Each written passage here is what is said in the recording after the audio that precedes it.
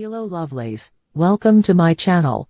Today I will tell you the best hair mask for damaged and dull hair at home.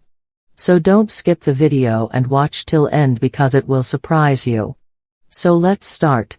There are many effective hair masks that you can make at home to help repair and revitalize damaged and dull hair.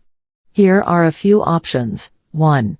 Coconut oil and honey mask. Mix equal parts coconut oil and honey, warm the mixture slightly, and apply to your hair. Leave it on for at least 30 minutes before washing out.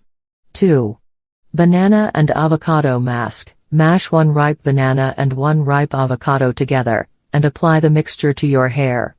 Leave it on for 30 to 60 minutes before washing out. 3.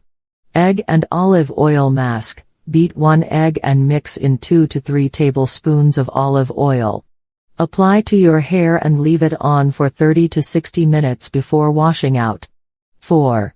Yogurt and honey mask. Mix equal parts plain yogurt and honey, and apply the mixture to your hair. Leave it on for 30 to 60 minutes before washing out. 5.